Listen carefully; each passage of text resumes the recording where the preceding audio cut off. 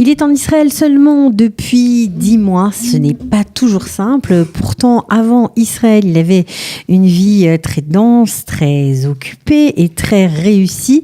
Il ne regrette pourtant rien. C'est notre invité du jour. Il s'appelle Pinchas Sadoun. Bonjour Pinchas. Bonjour Cathy. On est ravis de vous accueillir. Alors, 10 mois en Israël, c'est court. Pourquoi vous êtes décidé si tard à venir en Israël ? Écoutez, je pense que c'est un concours de circonstances, en fait, étape par étape de ma vie professionnelle et également de ma vie privée. Et j'ai décidé de faire tchouva. Et de ce fait, je ne pouvais le faire et l'accomplir que vraiment ici. C'est ça qui vous a aidé à passer le pas, on va dire. Disons que c'est quand même majeur sur la vie d'un juif. Ouais. Ok. Alors, vous avez été toute votre vie, on va dire, vous avez baigné dans le monde de l'électronique, vous avez été autodidacte et pourtant vous avez des fonctions importantes dans ce domaine. Vous avez été manager, puis directeur d'usine.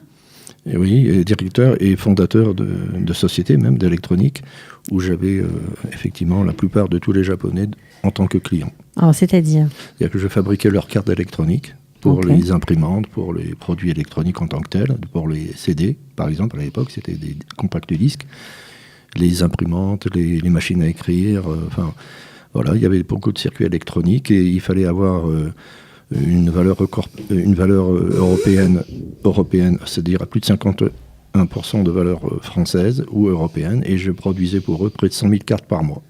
Mais c'est pas mal. Donc vous produisez pour toutes les grandes marques. Toutes les grandes marques qu'on connaît, Toshiba, Canon, j'imagine, Sony. Sony, Dassault aussi pour la partie professionnelle. Donc j'avais une usine de ce qu'on appelle de mass production. Ok, vous avez adoré faire ça ? Oui, 6 ans et demi, 7 ans de ma vie où j'étais le seul commercial, en même temps président, parce qu'avec les Japonais, il faut être les deux ? Oui. Ok, donc c'était quelque chose de très gratifiant pour vous. Oui, surtout que je sortais d'un milieu aussi de production management et donc qualité management. J'ai un peu travaillé au Japon, j'ai vécu un peu au Japon dans les très très grosses firmes, vraiment, d'Yamaha et de Sony. Et j'ai eu très très bons résultats, qui a travaillé aussi avec des sociétés françaises. Et du fait de mon profil, j'allais dire, où j'ai amélioré la productivité, etc. Bref, ça devient un petit peu après technique, mais voilà, ça a bien marché. Et je me suis dit, je fais monter ma propre société, en fait. Et ça ce que vous avez fait, et ça a marché. Voilà. Alors, justement, quand on fait tchouva, c'est très bien, mais ce n'est pas antinomique avec une réussite professionnelle. Vous avez changé de vie, vous avez décidé de tout laisser derrière vous. C'est-à-dire que laisser sans vraiment laisser, parce que j'espère qu'ils vont me rejoindre, le réseau de ma famille, parce que je ne vais pas rester tout seul. Et je pense au quotidien.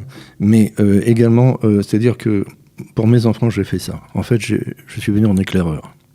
Et en éclaireur averti, parce que je savais que c'est ici qu'il faut de toute façon s'accomplir. Et par ailleurs, dans mon milieu maintenant professionnel, car je suis plus dans les présidents de sociétés, etc., je suis mon propre inventeur, on en reparlera peut-être. Oui, alors en plus de vos fonctions de manager, vous avez aussi inventé des produits. Alors là, vous inventez des choses depuis plus de 25 ans, c'est pas nouveau pour vous ? Exact. Alors, j'ai fait mon tout premier brevet. C'est un produit qui était absolument pas prévu. Je vous le cache pas, Cathy, qui est passé en milieu dit comme un standard, parce que c'était devenu un standard en fait que tout le monde utilise. C'est un régulateur de son automatique. Donc à l'époque, même si je l'ai fait en hardware, je l'ai fait aussi en software. Mais je ne savais pas qu'aujourd'hui, toutes les grandes marques, alors on peut ne pas les citer ou pas, mais en tout cas toutes les marques qui utilisent de l'audio et de la vidéo, en télévision, en smartphone, en computer portable ou pas portable, ils ont mon brevet dedans. Et donc, ça je ne savais pas à l'époque, mais bon là. Alors, ils ont votre brevet dedans, ça n'a pas été simple, puisque vous êtes fait, on va dire, piquer le brevet par de grosses sociétés. Vous avez été en justice pour ça, pour essayer d'avoir gain de cause. Vous avez dépensé énormément d'argent. Tout. Vous avez tout dépensé, vous n'avez plus d'économie. Non, j'ai tout misé dedans parce que je voulais prouver que c'était vrai. Que c'était bien vous l'inventeur. Oui, absolument. Malgré toutes les embûches que j'ai pu avoir, vous pensez bien qu'ils n'allaient pas m'accepter comme ça et accepter de signer des compromis, parce que ça a été des compromis en fait, ce qu'on appelle des settlements. Sur 12 sociétés, j'ai gagné 12 procédures. 100%. Vous avez attaqué 12 sociétés pour reconnaître que c'était bien vous le père du brevet. Oui, 10 aux États-Unis précisément et 2 au Canada. Vous avez gagné. Et j'ai gagné. Ok, donc ça fait jurisprudence aujourd'hui. Aujourd'hui, ça fait jurisprudence tant sur les sommes que sur la partie technique. Malgré qu'ils m'ont, juste je fais une petite parenthèse, ils m'ont, pour me casser, parce que c'est un petit peu l'histoire de David contre Goliath en toute humilité, évidemment, parce que moi je suis juste qu'une seule personne, un inventeur en fait, c'est des empires. Physique, c'est... Voilà, et en fait, ils m'ont présenté à chaque fois, à chaque marque, près de 120 à 130 brevets pour annuler le mien, en me disant maintenant il faut prouver que vous n'avez pas copié là ou là ou là sur les 130 brevets. Et donc, avant que je puisse continuer avec le président de la Cour ou quoi que ce soit d'être entendu, il fallait que je travaille sur les 130 brevets, près de 10 mois à 22 heures par jour, sauf le Shabbat. Pour prouver que c'était pas le même. Il fallait donc montrer ligne par ligne, parce qu'il y a techniquement. Absolument, il y a au moins 15 pages par brevet minimum, sinon c'est entre 30 pages. Et ensuite faire un résumé synthétique, parce que le président d'une cour, il n'est pas électronicien. Donc il fallait faire vulgariser ensuite les informations. Exactement. Oui, mais c'est chose faite. Et donc, chose faite, vous avez gagné. Voilà. Alors aujourd'hui, il faut que j'attaque d'autres. Voilà, aujourd'hui, là, je peux plus tout seul. Là, vous ne pouvez plus tout seul, vous n'avez plus de sous, donc vous profitez de notre antenne pour... Merci. Bah oui, pour si jamais il y a des investisseurs qui seraient OK pour l'aider à continuer dans cette procédure, parce qu'il y a beaucoup d'argent à gagner apparemment, et pouvoir attaquer d'autres marques, c'est un peu la démarche de Pinchas Sadoun. Alors, vous avez inventé d'autres choses aussi, vous n'avez pas inventé que ça, un sac à pain chauffant, c'est rigolo ça. Oui, alors c'est un sac à pain chauffant, c'est-à-dire qu'on achète la baguette le matin, le soir elle est déjà un peu élastique en fonction même de l'hygrométrie, le lendemain elle est dure, le surlendemain elle est immangeable. Alors, ce que j'ai fait, c'est 8 ans d'études pour faire ce brevet. 8 ans de recherche et développement. Oui, absolument. Mais je l'ai amené de l'étude jusqu'à la partie vente. C'est-à-dire que j'en ai vendu 4500 d'ailleurs. Pas mal. Oui, il en reste quelques stocks parce que là, je me suis arrêté, parce que je suis venu, mais je vais reprendre ça dès que je peux, parce que j'ai fini mon Ulpan aussi, donc je ne pouvais pas tout faire, en fait, là, en moins de 2 Vous avez fini l'Ulpan niveau Aleph, c'est ça? Oui, il n'y a que 2 mois et demi, donc maintenant, il faut que je m'y mette un petit peu de temps pour le travail que pour mes investisseurs, mais sinon, c'est un sac à pain chauffant, ça vous permet d'avoir du pain au même moment sorti du four du boulanger. J'ai bien dit au même moment. C'est-à-dire qu'il n'y a pas juste peut-être ou du pas peut-être. Ça a été testé même par le syndicat des artisans boulangers. Le pain, même s'il est un petit peu vieux, on le met dans votre sac chauffant, on le ressort comme si on venait l'acheter chez le boulanger. Exactement. On n'a pas besoin de sélectionner les types de pain. Il devine tout seul. On l'allume. Le temps de mise à la table, il va s'éteindre. Vous le sortez. Il reste frais, moelleux, croustillant. Parce que juste en quelques mots, au four, ça vous le biscotte. Au toaster, ça vous le toast. Et dans le micro-ondes, il est mort. Voilà. Alors, ça a été testé, éprouvé. Et je suis même passé à la télévision, pas moi, évidemment, mais l'invention, le produit, dans à peu près 8 à 10 chaînes, dont la radio. Voilà. Peut-être que ça va marcher aussi en Israël, on ne sait pas, on vous le souhaite. Il est breveté dans tout le monde. Ben voilà, donc peut-être que ça peut si Dieu veut. Intéresser. Alors, je cherche aussi à travers ça, parce que j'ai quelques stocks, mais je voudrais aussi le développer, parce qu'il faut passer à un stade supérieur. Ouais. Le produit est prêt. Il y a juste à lancer quelques spots publicitaires télévisuels en France, par exemple, et on lance le produit d'une manière assez forte, parce que dès que je suis passé sur chaque antenne, soit avec un journaliste comme Stéphane Bern, que je peux citer, ou comme Laurent Ruquier qui est passé sur Europe 1, enfin j'ai eu plusieurs chaînes, dont France 2 avec Sophie Davant, enfin j'ai eu plusieurs chaînes, M6, Canal+, enfin TF1 d'ailleurs aussi. Donc chaque chaîne a passé mon produit, à chaque fois je voyais ce qu'on appelle mon domaine administrateur faire comme une machine. Ça c'est formidable, c'est l'impact commercial en fait.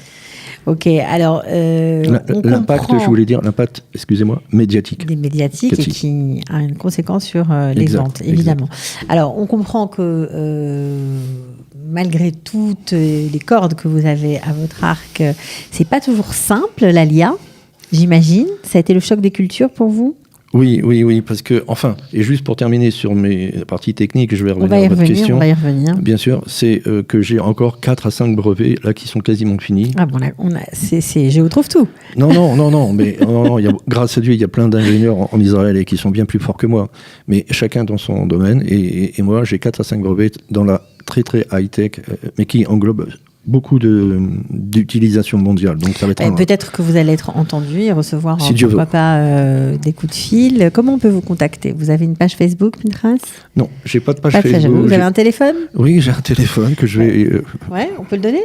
Ah oui. Allez-y. 052 750 voilà. 76 60. Ok, c'est noté. J'ai mon site internet aussi qu'on pourra retrouver. Ouais, c'est quoi le site ? Pour le sac à pain, c'est www.lesacduboulanger.com. Oui, c'est ça. D'accord, donc comme ça, on peut vous contacter, vous retrouver. Mais pour parler de votre intégration pure ici, c'est pas facile. Alors, pour être direct et court, non, c'est pas facile, mais c'est absolument, il faut passer les premières étapes. C'est-à-dire qu'il ne faut pas se sentir rejeté, parce qu'effectivement, l'Israélien, en tant que pur et dur, nous qui venons de France, en fait, on a le confort, on a ci, on a ça, on a beaucoup plus de facilité, franchement. Ici, c'est un pays où les gens se sont battus pour vivre. Mm-hmm. Vous le ressentez au quotidien, tout ça ? Oui, absolument. Mais je vous le dis avec mon cœur, hein, c'est vraiment sincère. Donc, je vois que les gens sont très bons, sont très gentils, malgré leur façon de vous répondre, des fois un petit peu abrupte. Même les chauffeurs de bus, enfin moi je prends le bus tous les jours, donc voilà, j'ai jamais pris le bus de ma vie, et ici je fais que ça, en fait. Mais ils sont très libres, on leur demande en anglais ou en français, bon, on se fait bouler un peu, mais non, mais c'est très bien, il faut juste passer ça, et après ça va très bien. Les gens sont très très bons ici, simplement. Qu'est-ce qui est difficile à part le bus et les gens qui vous Non, je dis ça comme ça, c'est des anecdotes. Je sais, mais qu'est-ce qui est difficile pour vous ? Non, c'est-à-dire que pour l'instant, j'ai pas encore suffisamment de temps, d'assises, de travail, parce qu'il faut faire aussi sa parnassa en attendant de trouver des investisseurs. Donc tout ça, moi je viens de finir mon ulpan, il faut que je m'installe, il faut que je fasse des repères aussi. Mm-hmm. Et tout seul, c'est encore... Vous n'êtes pas le seul, je pense que tout le monde passe par les mêmes je pense. affres que vous. Oui, je pense. Non, mais chacun son histoire, j'en conviens. Mais voilà, pour moi... Alors, par contre, je suis content dans le sens où, effectivement, je sais qu'ici, c'est ma place, en fait. Vous le ressentez ? Ah oui, et je ressens même des choses que vous n'allez pas me croire. Je vais vous dire deux choses. Et on n'a peut-être pas parlé, mais je vais vous dire deux choses. La première, la lumière. Moi, je le voyais dans mon écran de télévision. Vous n'allez pas me croire, vous allez dire c'est un doux rêveur, le pauvre Pinchas. Pas du tout. Je le voyais en France, à travers mon écran. La luminosité. J'en parle de luminosité. Vous habitez Jérusalem ? Non, mais j'ai vu comme vous, des journalistes, vous faites du reportage. Okay. La lumière de Jérusalem, elle est absolument pas la même. Je vous assure, le blanc n'est pas le même. Oui. Et c'était à la télé en plus. Et quand je suis venu ici, je l'ai vu. Deuxièmement, c'est absolument aussi flagrant. On dit que la terre d'Israël est petite, parce que c'est vrai que le pays est très étroit, il n'est pas très très large, mais quand moi je voyage en bus, encore une fois, mon bus, ce fameux bus, je vais être actionnaire du bus un jour peut-être. Non, mais le pays, attendez, je vois des immeubles se monter, etc. D'abord, je dis une chose, c'est un pays qui est extensible. Alors quand je dis ça, même mes rabbins que je rencontre parfois maintenant, je vois plusieurs rabbins, me dit mais ça fait partie de ce qui est inscrit dans la terre. Israël est comme une peau de biche qui s'étend, etc. Et je vois, c'est vraiment un ressenti. Pourquoi j'en parle ? Parce que je l'ai ressenti, sans qu'on me parle religieusement de ça. Mais c'est vrai, il y a des bâtiments, il y a d'autres buildings qui se créent, des immeubles, mais on voit que c'est un pays qui va s'étendre. C'est pas un problème. En fait, c'est petit mais grand. C'est petit mais grand. Alors qu'est-ce qu'on peut vous souhaiter ? Formidable quand même. C'est formidable. Qu'est-ce qu'on peut vous souhaiter, Pinchas ? D'abord, je vais vous dire, je suis ici pour, effectivement, tchouva. J'espère réussir, j'espère refaire des bonnes choses. Mais aussi, je pense qu'il faut surtout jamais oublier, moi qui fais tchouva et j'avais un ego un petit peu important, on va dire, jamais penser à oublier les autres. Cette tzedaka qui est souvent demandée, qui est souvent... Oui, on en demande souvent, c'est vrai. Les gens qui sont dans le besoin, ou les gens qui ne sont pas dans le besoin, qui le montrent moins ou qui ne le montrent pas, il faut, si on y arrive et si on peut, même si on ne peut pas déjà, il faut le faire, j'ai entendu ça. Mais si on a la chance un jour d'y arriver, mais surtout, ne jamais oublier ça. Ok, alors en cette période de fête, en ce mois de fête, on va essayer de ne pas oublier les autres. Non. En tout cas, on vous remercie pour votre touchant témoignage. Moi, Cathy, je me permets de vous souhaiter Shana Tova, à vous, merci, à ceux qui vous écoutent, et à tout Israël.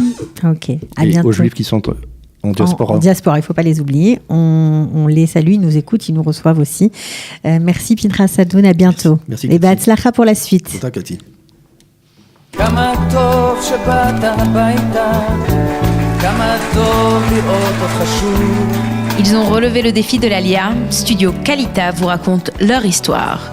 Alia Story, c'est vous, c'est nous.